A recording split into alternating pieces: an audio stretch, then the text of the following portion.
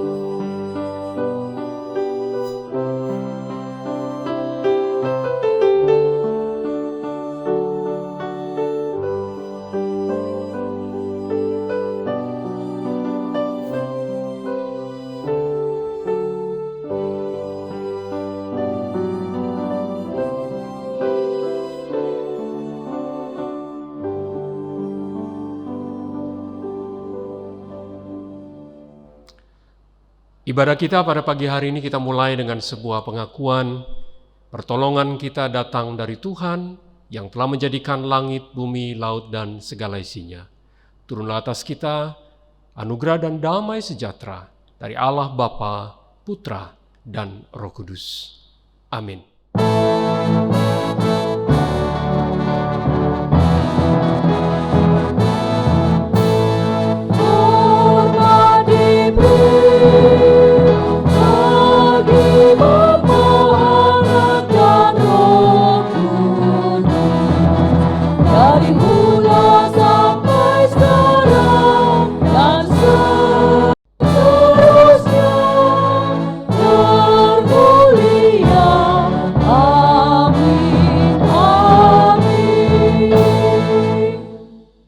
Aku telah memohon satu perkara kepada Tuhan. Hanya satu saja yang aku minta. Tinggal di dalam rumah Tuhan sepanjang hidupku, untuk menyaksikan segala kebaikan-Nya dan meminta bimbingan-Nya. Pada masa kesusahan, Dia akan melindungi aku. Dia akan menjaga aku supaya selamat di dalam rumahnya dan menempatkan aku di atas gunung batu. Kepada Engkau saja ya Allah, ya hanya kepada Engkau saja, Allah yang perkasa, Allah yang mulia, kami puji, kami tinggikan nama-Mu yang agung dan mulia. Sungguh besar dan ajaib karya-Mu, adil dan benar jalan-Mu ya Tuhan.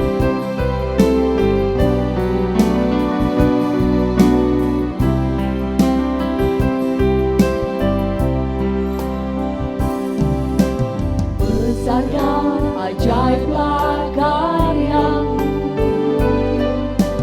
adil dan benarlah jalan-Mu. Raja segala bangsa yang maha kuasa, mulia nama-Mu. Layaklah segala bangsa sujud kepadamu, sebab Kau Allah yang kudus, layak disembah.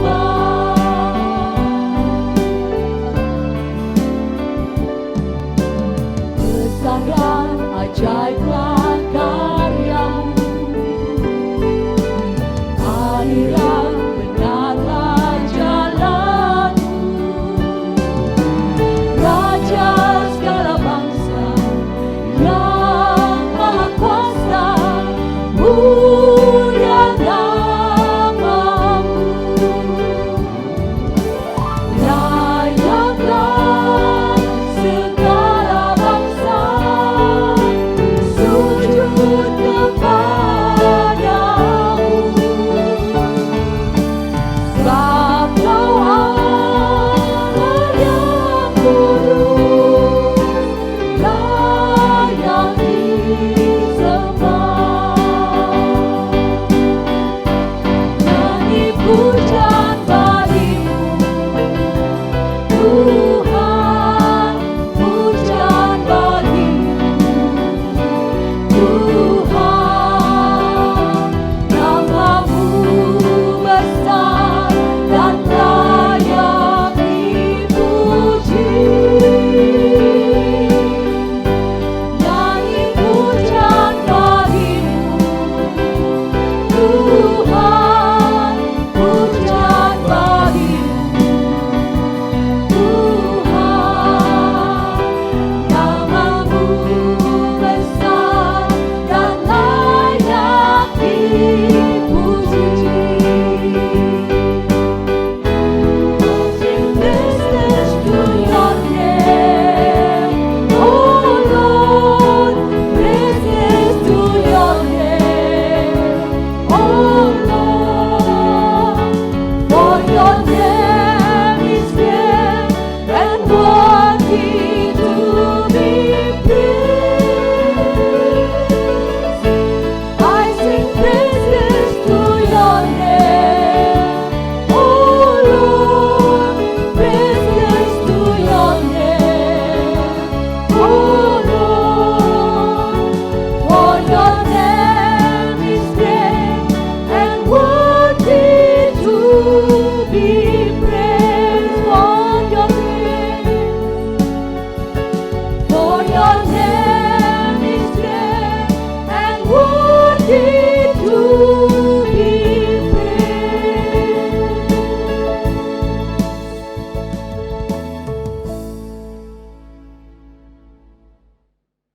Bapa, pada pagi hari ini kami datang ke hadirat-Mu, menghampiri tahta kasih karunia-Mu.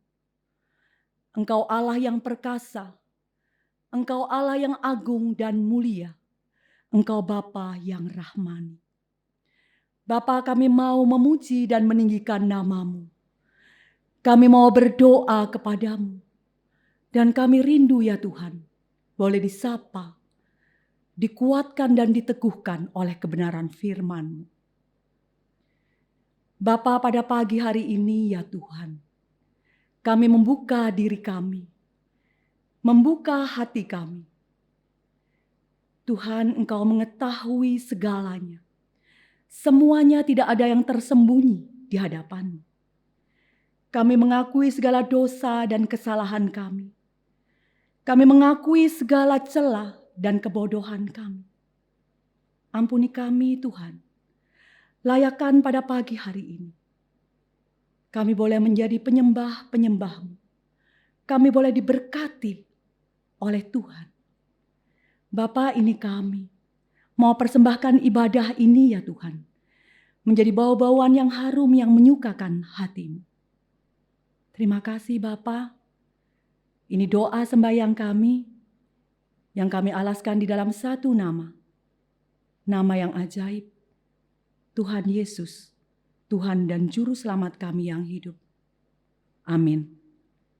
Jemaat yang dikasihi Tuhan, dengarlah berita anugerah yang diambil dari Roma 3 ayat 23 sampai dengan 24. Karena semua orang telah berbuat dosa dan telah kehilangan kemuliaan Allah, dan oleh kasih karunia telah dibenarkan dengan cuma-cuma karena penebusan dalam Kristus Yesus. Jemaat dipersilahkan duduk. Puji Tuhan, Allah yang kita sembah, Allah yang hidup. Sebab Dia hidup ada hari esok. Sebab Dia hidup, ku tak gentar, engkau pun tak gentar. Anak Allah, Yesus namanya, menyembuhkan, menyucikan, bahkan mati, tebus dosa, kubur kosong membuktikan Dia hidup. Sebab Dia hidup, ada hari esok. Sebab Dia hidup, tak gentar, karena ku tahu Dia pedang hari esok. Hidup jadi berarti sebab Dia hidup. God sent His Son, therefore in Jesus, He came to love, heal and forgive, He lived and died to buy my burden, and empty grave is where to throw my Savior free. Because He lives, I can place to follow. Because He lives, all fear is gone. Because I know the future, and life is worth the living just because He lives. And life is worth the living just because He lives.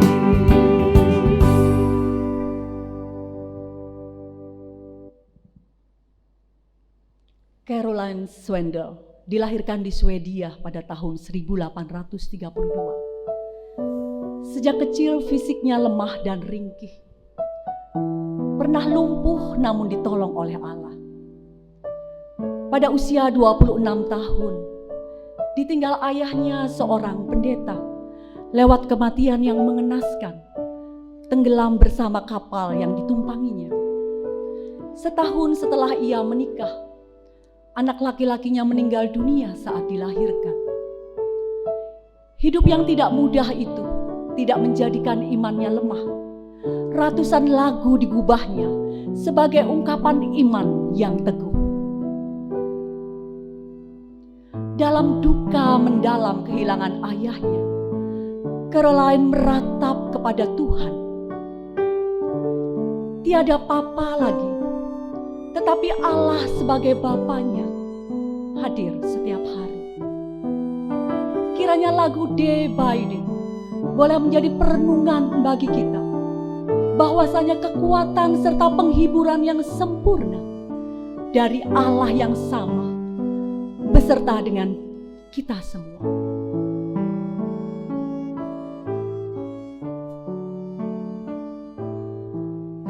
Kekuatan serta penghiburan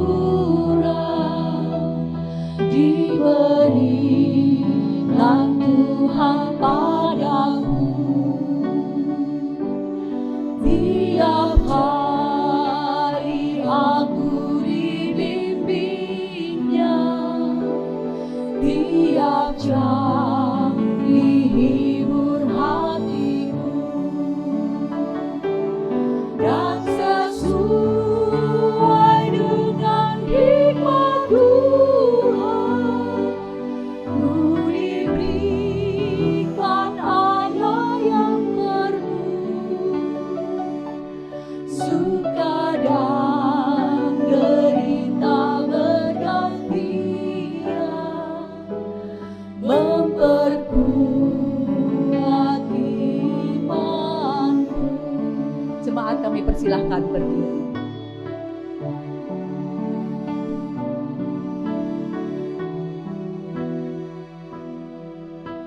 Katakan, tiap hari Tuhan besertaku, diberi rahmat-Nya tiap jam.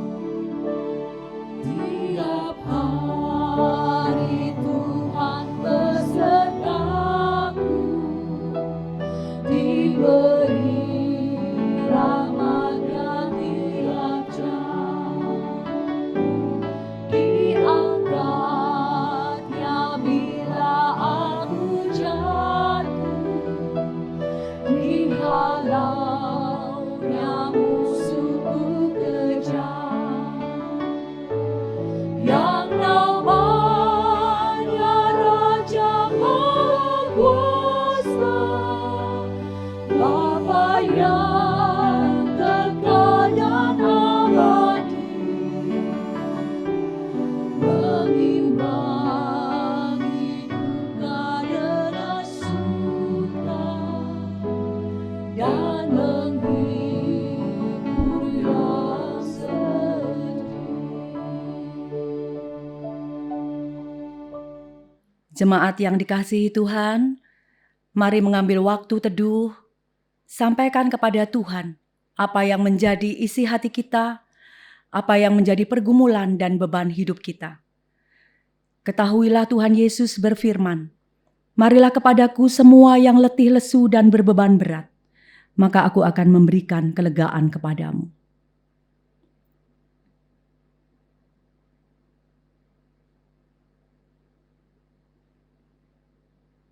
Bapa Surgawi, pada pagi hari ini, sehati kami mau berdoa untuk pemerintah bangsa kami.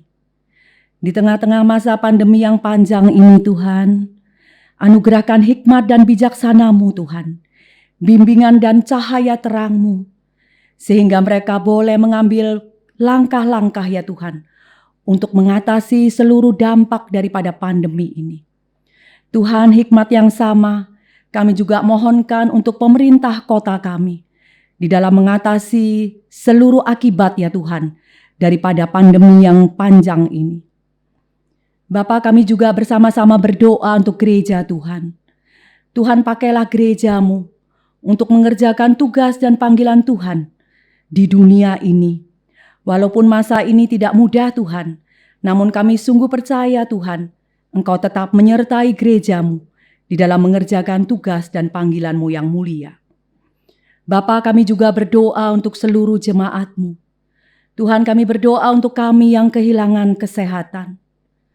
Buat kami yang kehilangan orang-orang yang kami kasihi. Mungkin itu suami kami, mungkin itu anak-anak kami, mungkin itu sanak keluarga kami. Bapa, kami berdoa untuk kami yang kehilangan usaha dan pekerjaan kami. Kami yang kehilangan relasi kami dengan keluarga kami atau dengan sesama kami. Bahkan secara istimewa bagi kami ya Tuhan yang kehilangan relasi dengan-Mu. Tuhan, lawat kami. Tuhan, berkati kami. Tuhan, bawa kami ya Tuhan untuk hanya memandang kepada salib-Mu. Bapa, kami membawa seluruh doa dan permohonan ini sesuai dengan doa yang pernah diajarkan Tuhan Yesus. Bapa kami yang di surga, dikuduskanlah nama-Mu, datanglah kerajaan-Mu, jadilah kehendak-Mu di bumi seperti di surga. Berikanlah kami pada hari ini makanan kami yang secukupnya, dan ampunilah kami akan kesalahan kami, seperti kami juga mengampuni orang yang bersalah kepada kami. Dan janganlah membawa kami ke dalam pencobaan, tetapi lepaskanlah kami daripada yang jahat, karena Engkaulah yang empunya kerajaan, dan kuasa, dan kemuliaan, sampai selama-lamanya. Amin. Mari bersama-sama kembali kita mengikrarkan pengakuan iman dan percaya kita. Pengakuan iman rasuli. Aku percaya kepada Allah, Bapa yang Maha Kuasa, Khalik langit dan bumi, dan kepada Yesus Kristus, Anaknya yang tunggal, Tuhan kita, yang dikandung dari Roh Kudus, lahir dari anak darah Maria, yang menderita sengsara di bawah pemerintahan Pontius Pilatus, disalibkan, mati dan dikuburkan, turun ke dalam kerajaan maut. Pada hari yang ketiga, bangkit pula dari antara orang mati, naik ke surga, duduk di sebelah kanan Allah, Bapa yang Maha Kuasa. Dan dari sana Ia akan datang untuk menghakimi orang yang hidup dan yang mati. Aku percaya kepada Roh Kudus, gereja yang kudus dan am, persekutuan orang kudus, pengampunan dosa, kebangkitan tubuh, dan hidup yang kekal. Amin. Jemaat dipersilahkan duduk. Ketika nafas masih dikandung badan, maka hidup di dunia ini tidak steril dari persoalan.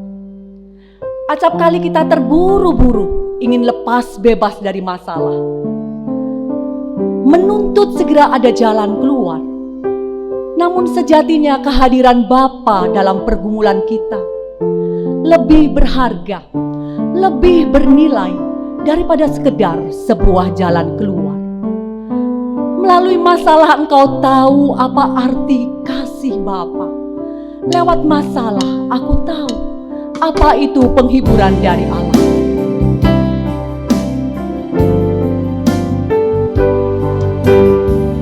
Bapa yang mengasihiku, yang kau pandang bentuk dan rupa,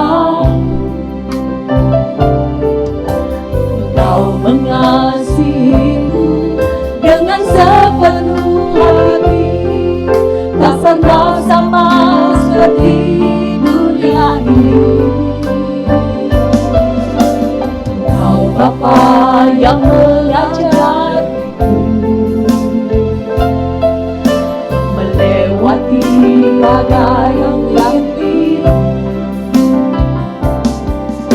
Kau yang buatku terbang bagaikan raja wali, mengatasi segala pencobaan. Kau Bapa-Ku yang baik, mengerti bahasa tetesan air mata. Tak kau biarkan ku berjalan sendirian, sebab Kau Bapa-Ku yang baik.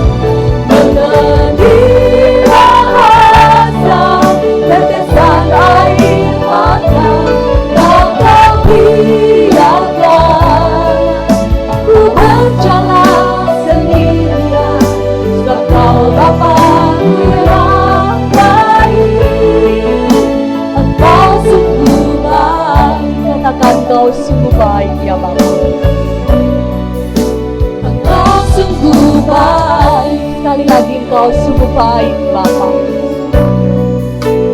Engkau sungguh baik.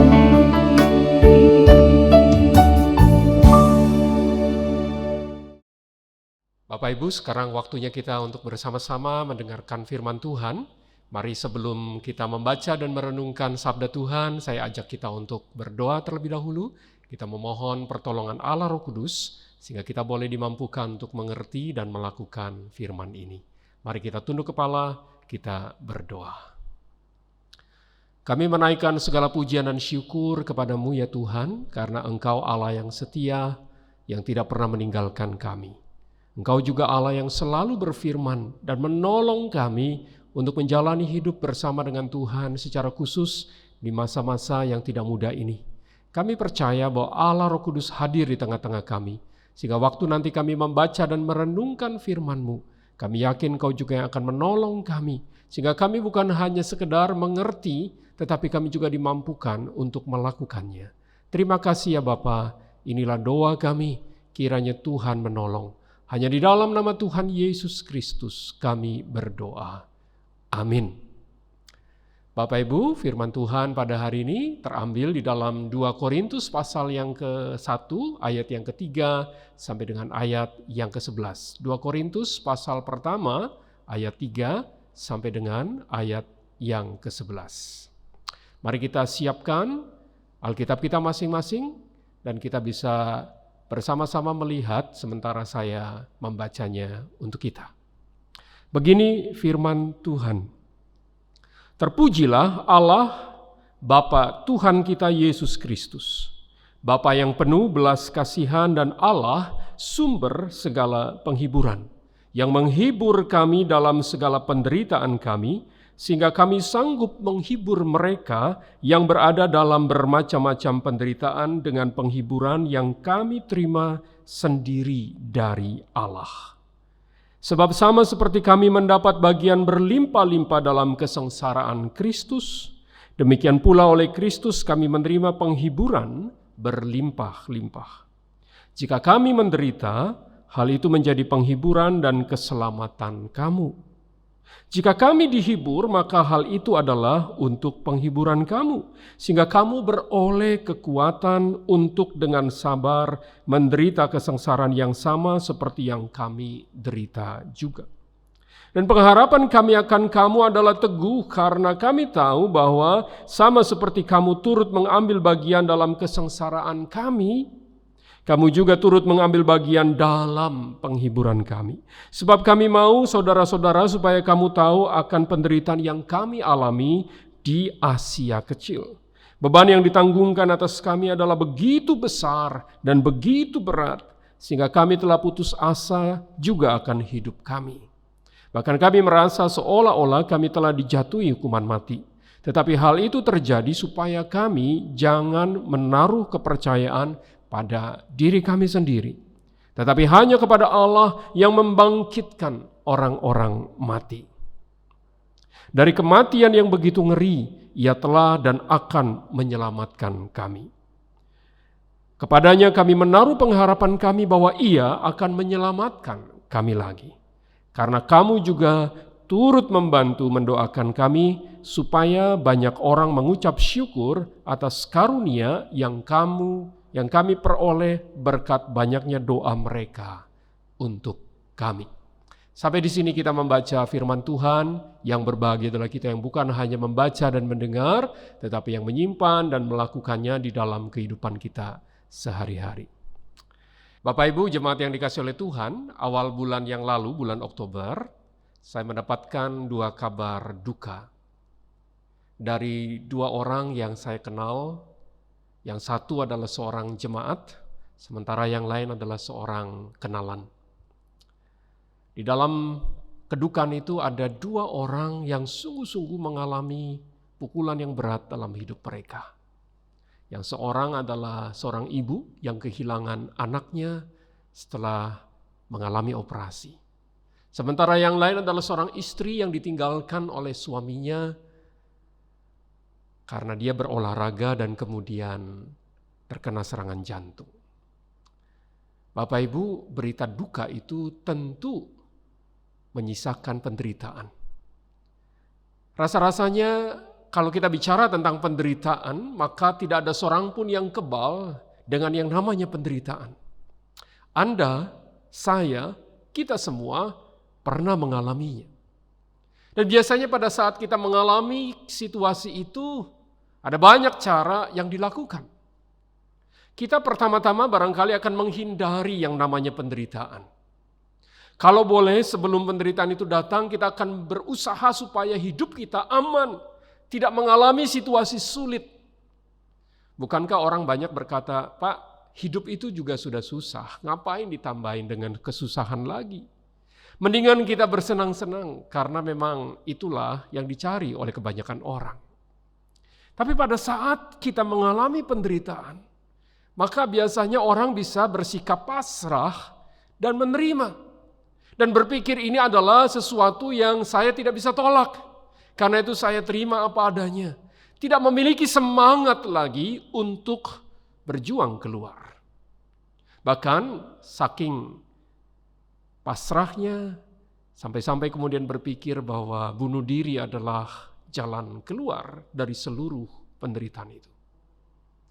Tapi juga ada orang yang berpikir lain.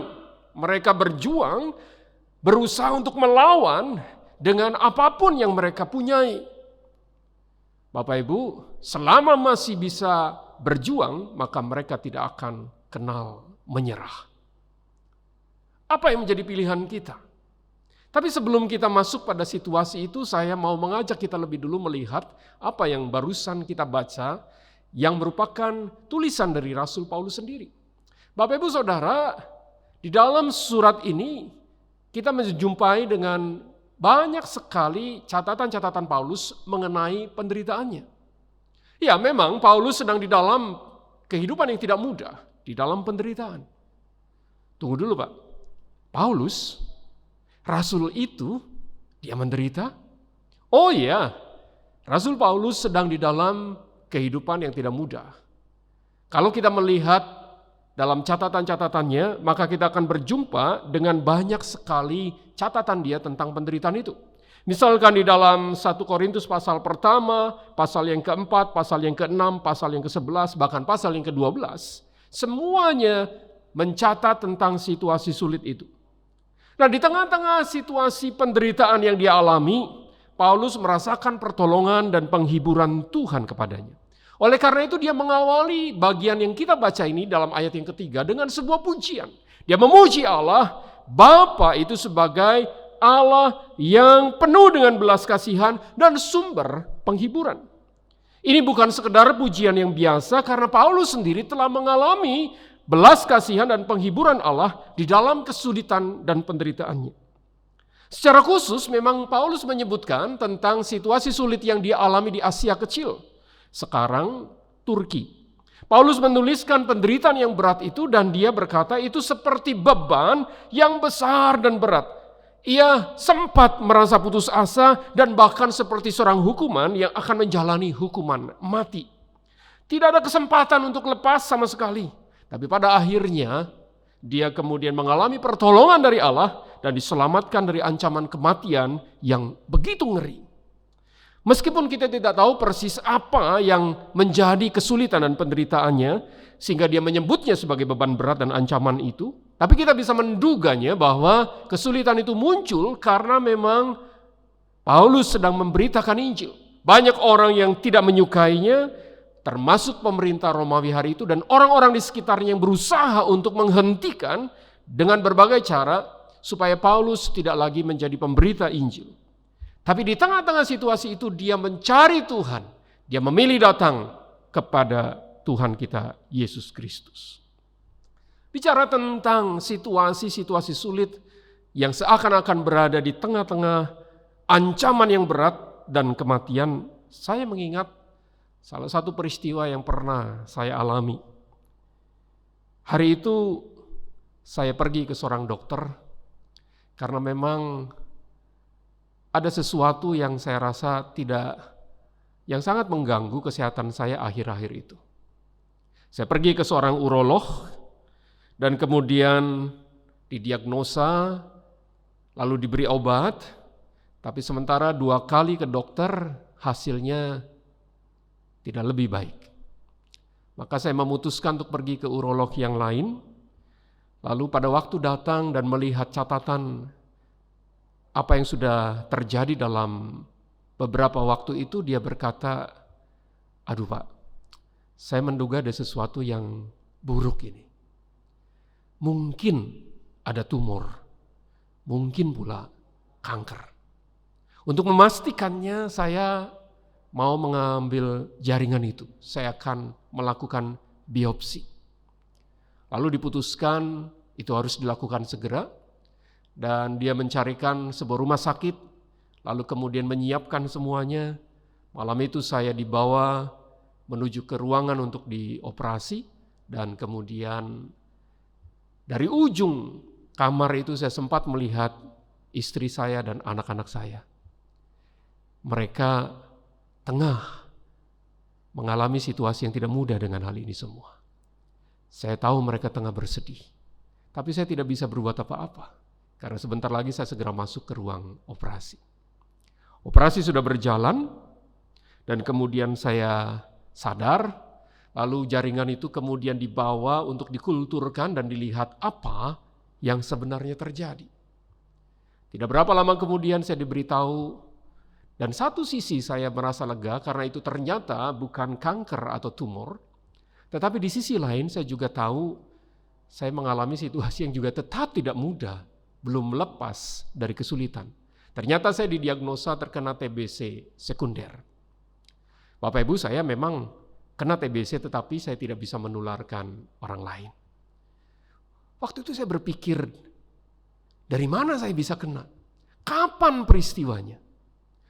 Tuhan kemudian menolong saya untuk mengingat satu peristiwa beberapa tahun sebelumnya. Satu malam saya ditelepon oleh satu keluarga yang mengabarkan bahwa anak putri mereka sedang dalam kondisi yang sakit dan sangat gawat. Maka saya bergegas malam itu pergi ke sana, berjumpa dengan keluarga ini dan menemui anak perempuan itu.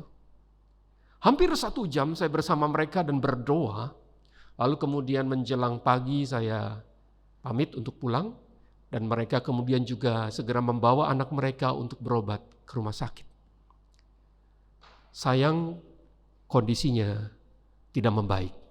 Akhirnya setelah 1-2 hari dirawat, Tuhan memanggil dia pulang. Kabar yang saya dengar dia terkena TBC. Dan saya pikir itulah awalnya saya terkena. Pada saat seperti itu, saya terbaring di rumah sakit.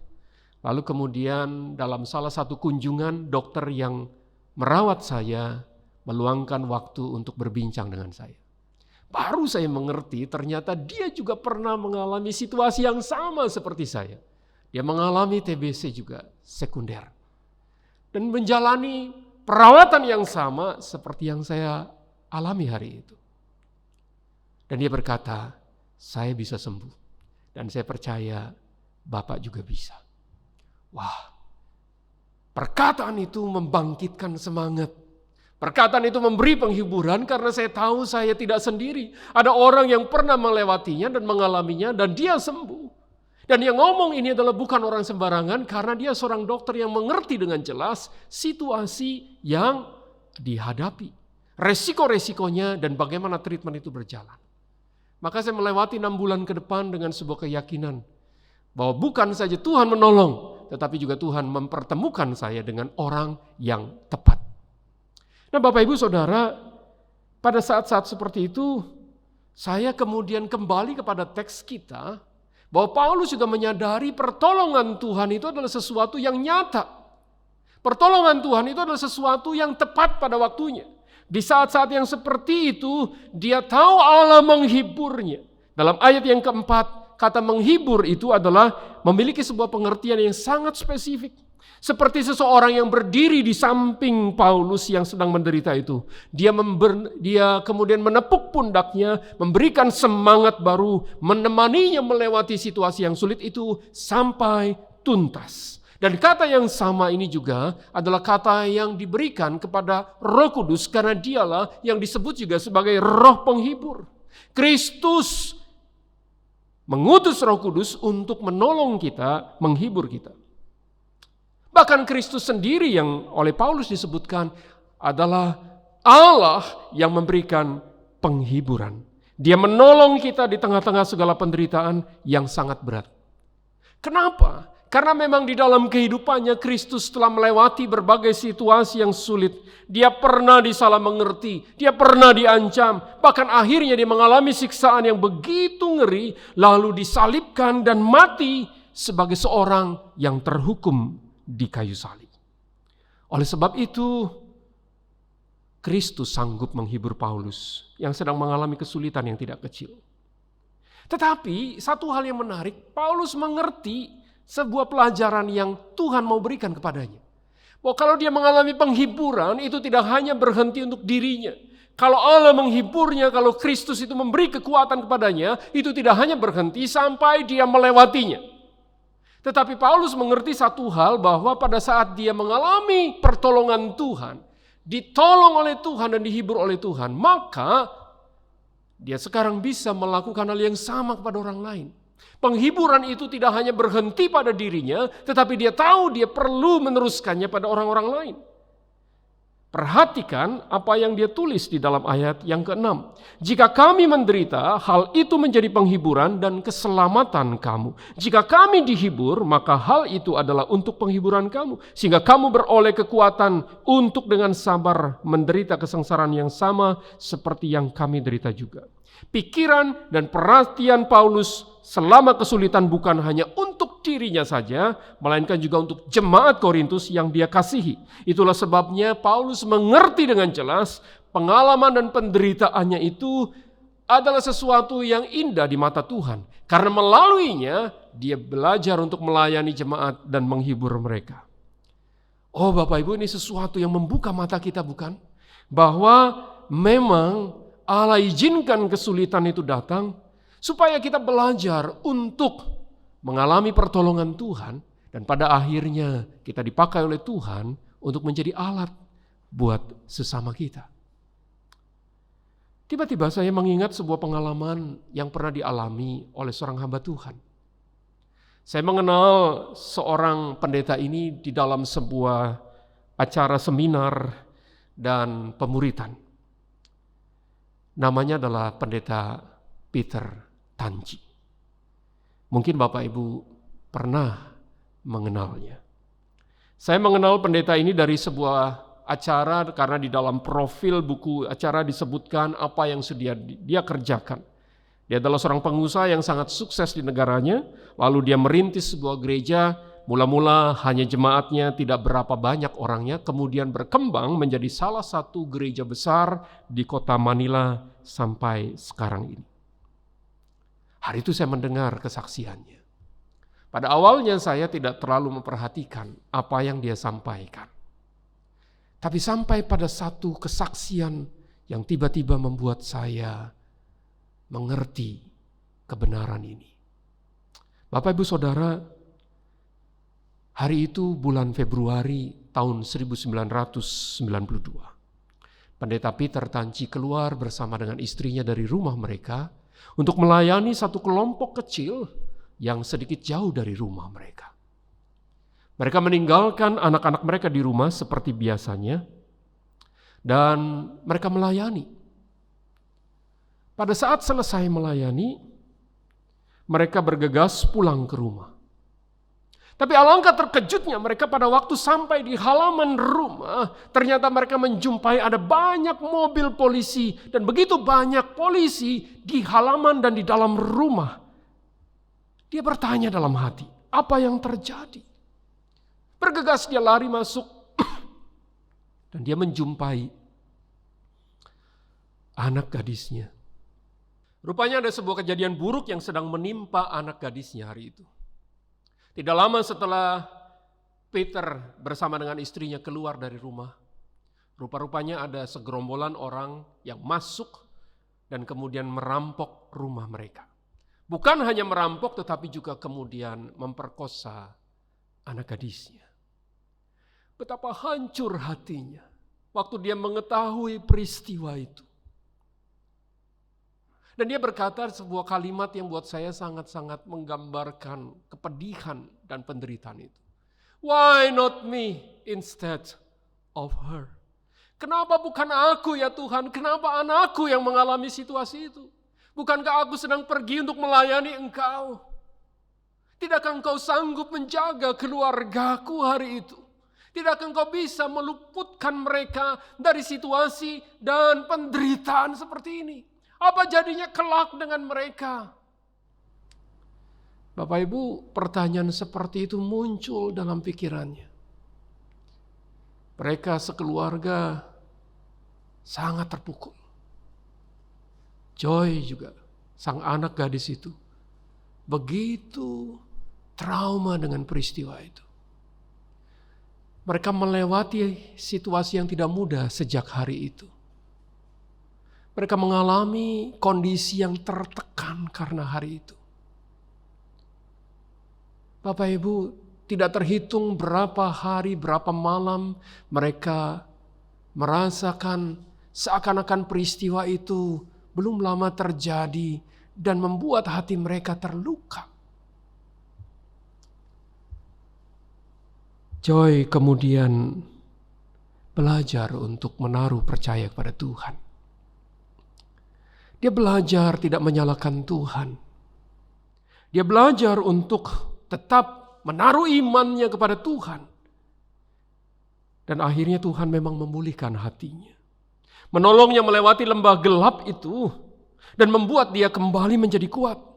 Bahkan kemudian dia memutuskan untuk dia mulai bersaksi tentang pertolongan Tuhan yang dia alami pada titik yang paling gelap di dalam hidupnya itu. Dia mulai berbagi dengan beberapa orang bagaimana Tuhan menolong dia. Bagaimana Tuhan menghibur dan mengangkatnya kembali. Dia kemudian diundang menjadi pembicara ke berbagai tempat dan berbagai pertemuan. Sampai dia memutuskan untuk menuliskan semua yang dia alami itu di dalam sebuah buku. Yang memberikan kekuatan kepada banyak orang. Terutama mereka yang mengalami pelecehan seksual dan juga korban pemerkosaan. Joy berbagi bagaimana Tuhan menolong hidupnya. Karena Allah mengasihinya, karena Allah memberikan kekuatan baginya. Dan itu juga yang kemudian menjadi kekuatan baginya untuk dia berikan kepada orang lain. Bapak Ibu Saudara, sekarang Joy telah menikah dan memiliki 6 anak. Serta seorang suami yang sangat mengasihi dia. Bapak Ibu, memang kehidupan akan selalu membawa kita kepada berbagai macam kesulitan dan tantangan. Barangkali ada penderitaan-penderitaan yang akan dan sedang engkau dan saya alami hari ini. Situasi kita pada masa sekarang belumlah boleh dikatakan usai pandemi ini. Kita masih belum tahu berapa lama kita akan melewatinya. Kita masih belum tahu apa yang akan terjadi, apa yang akan menimpa saya dan keluarga saya. Tapi saya percaya satu hal ini seperti yang Paulus katakan bahwa Allah adalah Allah yang penuh dengan belas kasihan dan sumber dari segala penghiburan. Saya percaya Allah melalui berbagai cara menolong dan tidak pernah meninggalkan kita. Sampai kita lepas dari kesulitan itu dan kita mengerti rencana Allah yang indah. Tapi Alkitab juga kembali mengingatkan kita bahwa semuanya itu Allah kerjakan supaya kita kemudian bisa menghibur dan menguatkan sesama yang berada di dalam kesulitan dan penderitaan. Tapi Pak, saya sendiri juga dalam kondisi yang susah. Saya sendiri juga dalam situasi yang tidak mudah. Bagaimana mungkin saya bisa menolong orang? Bagaimana mungkin saya bisa menghibur mereka? Masalah saya saja pun tidak kalah berat dengan masalah yang mereka hadapi. Betul saudara, masalah kita tidak lebih ringan dari masalah orang lain. Tapi ingat satu hal bahwa kita memiliki Kristus. Kristus juga yang telah menolong dan terus menghibur kita. Dia berdiri di samping kita, memberikan kekuatan bagi kita untuk melewati semua situasi sulit itu. Kita perlu belajar dari Kristus. Bapak Ibu Saudara, ingatkah kita akan Kristus pada waktu dia berada di atas kayu salib? Sementara dia menanggung seluruh rasa sakit, pedih, dan luka yang begitu banyak, darah yang mengalir terus dari tubuhnya. Orang-orang di bawah mengolok-olok dia, para pemimpin agama juga menghinanya, bahkan prajurit itu juga kemudian melecehkan Tuhan. Mereka berkata, kalau engkau anak Allah, turun dari salib itu dan selamatkan dirimu. Bahkan salah seorang penjahat yang disalibkan bersama dengan Tuhan juga mengolok-olok. Pada awalnya 2 orang yang disalibkan bersama-sama dengan Kristus, mereka kemudian menghina Kristus karena memang mereka berpikir, kalau engkau anak Allah, selamatkan engkau dan kami hari ini. Sampai suatu saat, salah seorang penjahat itu kemudian menyadari keberdosaannya. Dia kemudian memandang kepada Yesus. Dan dia berkata, Yesus, ingatlah akan aku apabila engkau datang sebagai Raja. Yesus di dalam penderitaannya kemudian menghibur dan berbagi pengharapan kepada orang tersebut. Yesus berkata, sesungguhnya hari ini juga engkau akan bersama-sama dengan aku di dalam Firdaus. Di tengah-tengah segala penderitaan yang sedang ditanggung secara fisik dan mental, Tuhan Yesus memberikan kekuatan dan penghiburan kepada penjahat yang bertobat itu. Di dalam kesakitan yang dia tanggung, dia memberikan perhatian dan kekuatan kepada orang yang sedang berseru kepadanya.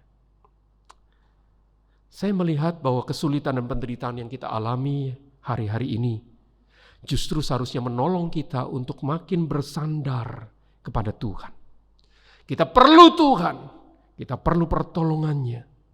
Tapi pada saat kita sudah menerima penghiburan dan kekuatan dari Tuhan, marilah kita maju satu langkah lagi untuk berbagi kekuatan dan penghiburan itu kepada orang lain di sekitar kita. Saya mau berbagi kebenaran di akhir dari renungan dan khotbah ini. Satu kalimat yang kiranya boleh memberikan kepada kita kekuatan bahwa di saat yang paling sulit sekalipun Allah tidak pernah meninggalkan. Penghiburan Kristus di saat penderitaan kita menolong kita untuk bisa menghibur sesama di dalam kesesakan. Allah tidak pernah meninggalkan engkau dan saya. Dia datang dan dia menghibur, menguatkan, menolong kita. Supaya kita pada akhirnya boleh dipakai oleh Tuhan. Pertanyaannya adalah, bersediakah engkau untuk dipakai menjadi alatnya? Menjadi penghiburan buat orang-orang di sekitar kita? Bukalah mata kita, lihatlah sekeliling kita. Siapakah yang Tuhan taruh dalam hidup kita untuk kita boleh berbagi semangat, berbagi firman Tuhan, berbagi penghiburan, supaya mereka juga mengalami kekuatan dari Allah. Amin. Mari kita tunduk kepala, kita berdoa. Mari kita hening sejenak di hadapan Tuhan. Dalam beberapa detik ke depan, mari kita kemudian bersama-sama memikirkan kebenaran ini. Ya, kita memang mungkin masih mengalami situasi yang sulit. Tapi percayalah bahwa Allah tidak pernah meninggalkan. Bahkan Allah mau di saat-saat seperti ini pun kita boleh menjadi alatnya untuk berbagi penghiburan. Seperti halnya Paulus pada semua jemaat, terutama jemaat Korintus. Demikian juga kita kepada orang-orang yang ada di sekitar kita. Mari kita berdoa dengan tenang di hadapan Tuhan. Kita memohon supaya Allah menolong kita.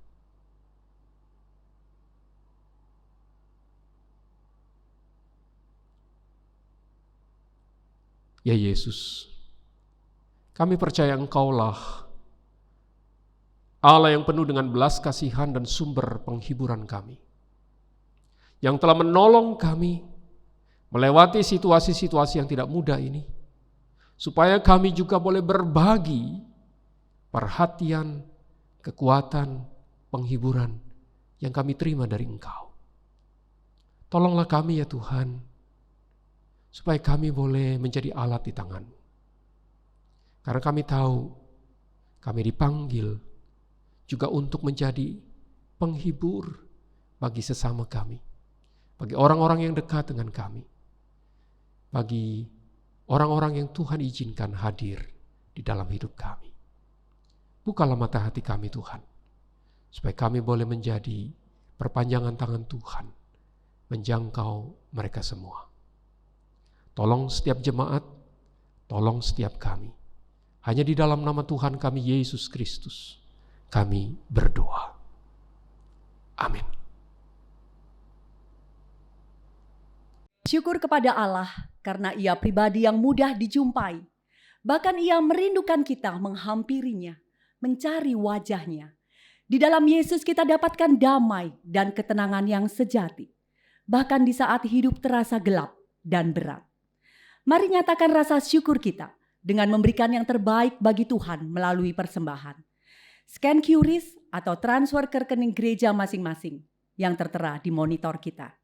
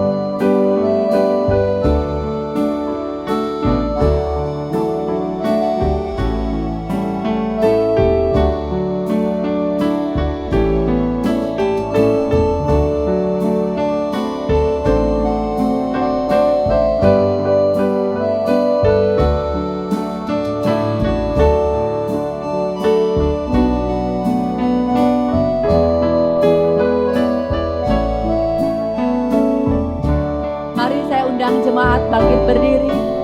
Katakan, kalau ku cari damai, hanya ku dapat dalam Yesus.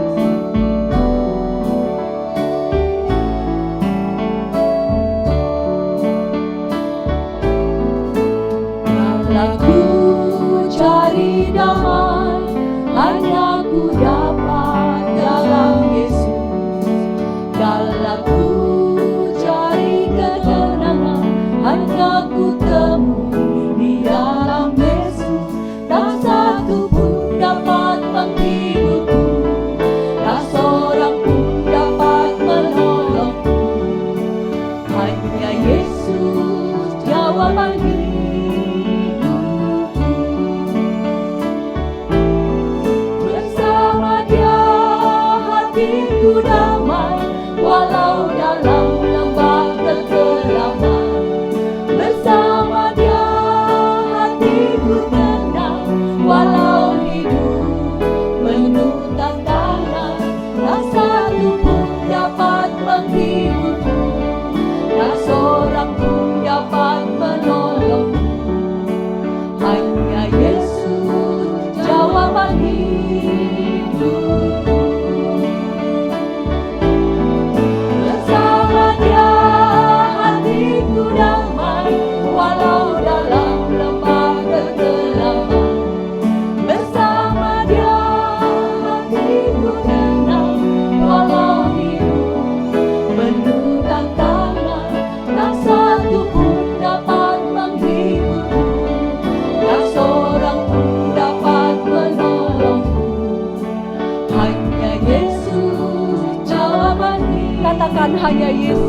jawaban hidupku.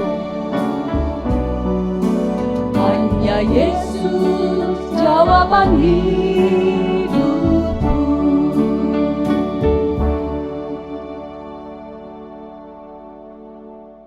Bapa, kami membawa persembahan ini kepada Tuhan.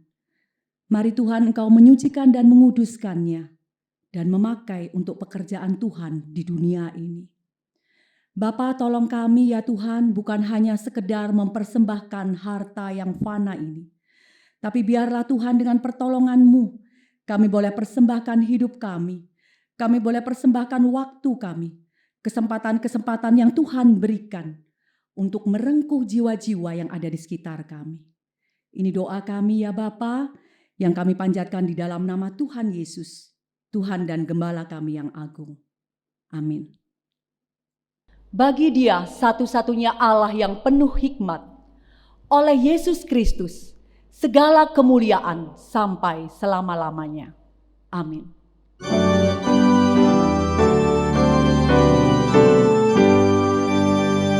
Puji Allah Bapa Putra, puji Allah Roh Kudus, ketiganya yang esa. Oh, selamat sumber berkah.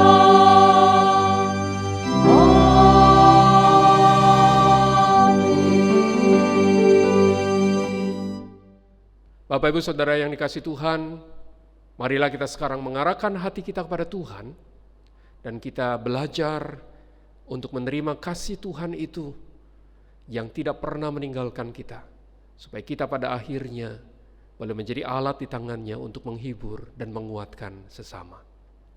Terimalah berkat Tuhan.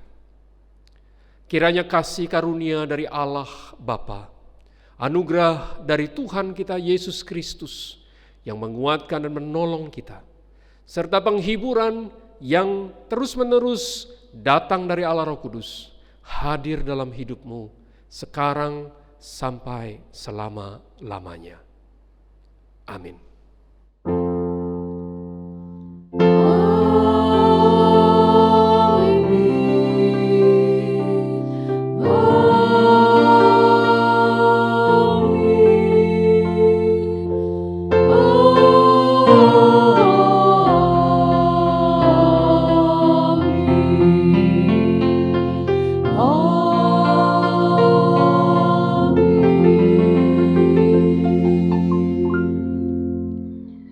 Jemaat dipersilakan duduk, ibadah minggu kita telah usai.